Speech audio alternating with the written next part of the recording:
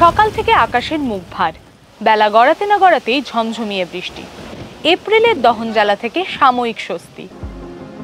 মঙ্গলবার থেকে রাজ্যের জেলায় জেলায় বজ্রবিদ্যুৎ সহ বৃষ্টি হবে, আগেই জানিয়েছে আলিপুর মৌসুম ভবন। হাওয়া অফিসের পূর্বাভাস অনুযায়ী যে বৃষ্টি শুরু হলো তা চলবে গোটা সপ্তাহ জুড়ে।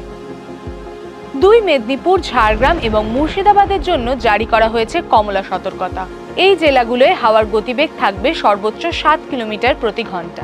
ঝাড়গ্রাম, পশ্চিম মেদিনীপুরে রয়েছে শিলাবৃষ্টির সম্ভাবনা। কটা জেলাতেই আপনার থান্ডারস্টর্ম উইথ লাইটনিং এবং তার সাথে ঝোড়ো হাওয়া, কোথাও 40 থেকে 50 কিলোমিটার প্রতি ঘন্টায়, কোথাও 50 থেকে 60 কিলোমিটার প্রতি ঘন্টায়, কোথাও 30 থেকে 40 কিলোমিটার প্রতি ঘন্টায় থাকার সম্ভাবনা রয়েছে।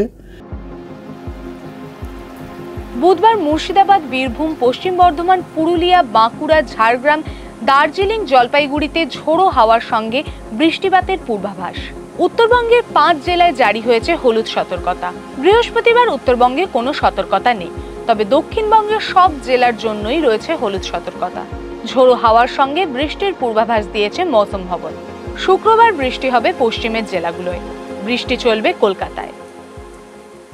পশ্চিমবঙ্গের বিভিন্ন জেলাতে আপনার লাইট টু মডারেট থান্ডারস্টর্ম হওয়ার সম্ভাবনা আছে, তার সাথে লাইটনিং, রেন হওয়ার সম্ভাবনা আছে। প্রথমে কলকাতা দিয়ে শুরু করা যাক। কলকাতায় আজকের যে ওয়েদার ফোরকাস্ট, এটা যে পার্টলি ক্লাউডি স্কাই এবং আপনার বিকেলের দিকে রেন থান্ডার শাওয়ার হওয়ার সম্ভাবনা আছে। 1 তারিখে কলকাতার ওয়েদার পার্টলি ক্লাউডি স্কাই এবং possibility of moderate rain and thunderstorm. 2 তারিখে thunderstorm with rain and lightning.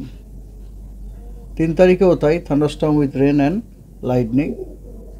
4 তারিখে আংশিক মেঘাচ্ছন্ন এবং 1-2টো স্পেল আপনার রেনফল হওয়ার সম্ভাবনা আছে, হালকা বৃষ্টিপাত তার সাথে থান্ডার শাওয়ার।